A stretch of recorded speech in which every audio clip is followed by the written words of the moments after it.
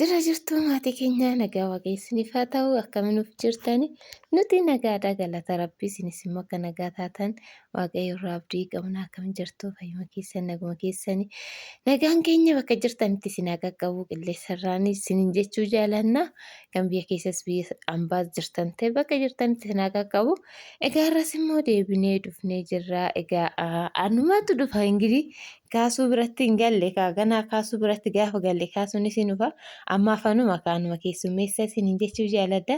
Egaa amma isa harta bal'atumaa sobdaa yookiin biyya jirtanan jechuun keessan hin oolu biyya hin jiru. Viidiyoon kun gizee gadhiisanii ifamu hin beeku jechuudha.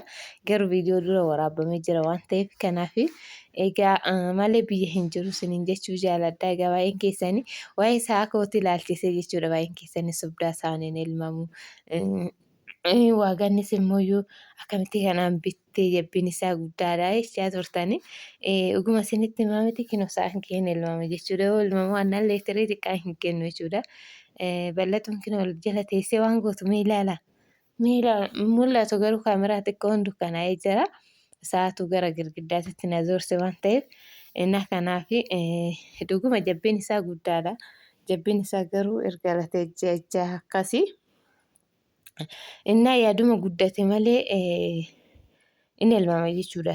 Isaan immoo jechuudha aga warra binne aga rimaa ta'e jechuudha. Rimaa ta'e aga gaafa aluu ga'ee ji'a 8 yookiin bakka ji'a 8 irraa ji'a 8 yoo ga'e dhaaba malee agas ji'a 8 elmama jedhamee jira jechuudha.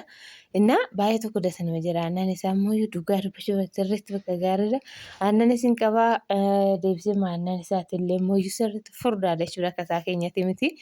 Innaa kanaafiyyuu dhuguma elmamaa ilmee kinoo isin agarsiisuu fi argitan ilaala bal'atuun harka takka takkaan elmiti. Naaf hin tolle jechuudha harki xiqqoo muchi isaatiillee harmi isaa inti xiqqaata akka harma isaa kiyyaa duraatiin miti jechuudha. Duraan lamaanan elma amma garuu takka nama biraa akka isinitti fakkaanne waa anuma jechuudha. Anumatu elmaa jira mee ilaala. Ay bal'atu hojii kee moo ay bal'atu hojii keenyaa dhabbu harka bitaan illee elmiti jechuudha. Innaa adii maal seetanii mala kee keessaa warii elmuu hin danda'u. Warii harki kiyya waan nama qubuuf warii elmuu hin danda'u jechuudha. Osoo akka warii baadiyyaa mana amma bira jirru kana warii 5 aga warii 8 elmama. Osoo kan akkasii qabaaddee maal ta'uu laata? Maalan ta'a kan jedhu gaafii natti ta'a gizee hundaa jechuudha. Warii lama elmuu hin danda'an sobu. Maaliif bakka harki kiyya baay'ee na dhukkuba. Baay'ee tokko na dhukkuba hin danda'u jechuudha. Sanuyyuu warii mucha gaggabaaba kana hin danda'u yoo muchi. Innaa kanas ni jira bal'atuun harkatti qayyaraatti harki dadhabame. Harki yeroo baay'ee kaasutti elma jechuudha.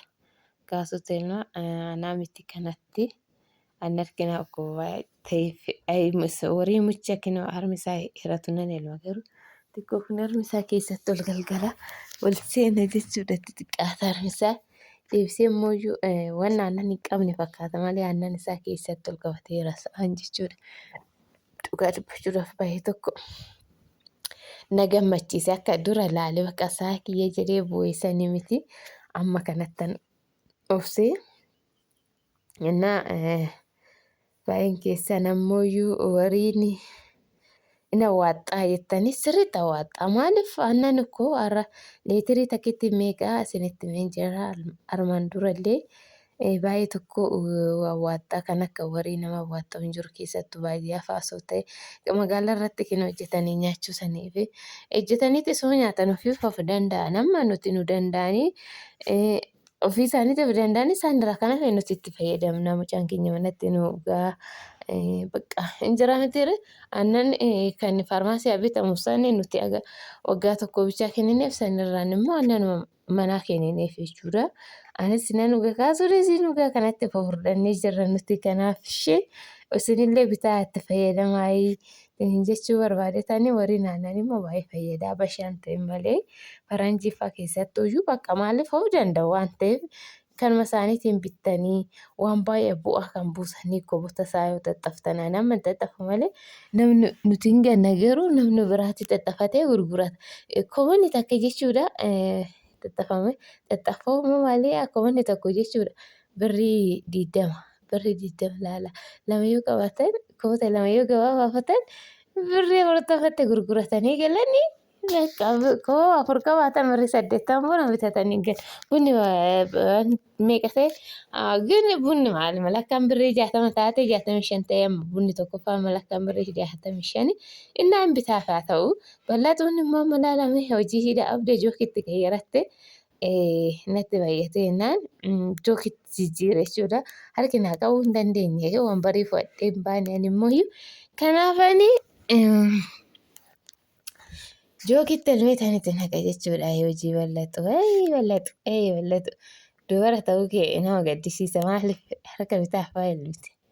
Haati teessin argin harmeen teessin argin bal'atu sila harka si cabsiti kan hin jaallattu harmeen bal'atu maaliif bakka seeraan nu guddiste waan ta'eef akkatti ilminee maaragaan ilminee bakka hin jiranii obboleewwan kiyya dhugaa namalee kan da'abu an harkaan akkuma malee isaan hundi isaaniitu ilman jechuudha.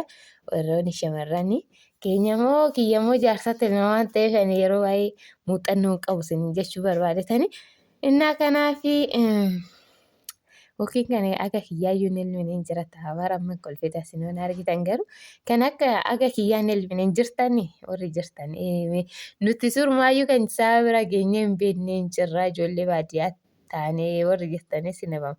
Anis baadiyyummaatti tala'ee guddadde garuu warri son ilmi achi deeme jechuudha hin ilmi. Innaa kana sinin jira maatii keenya sagalee isinitti hin baay'isuu sinin jaaladha. Subscribe, like, share gochuu hin dagatinaa sinin jedha.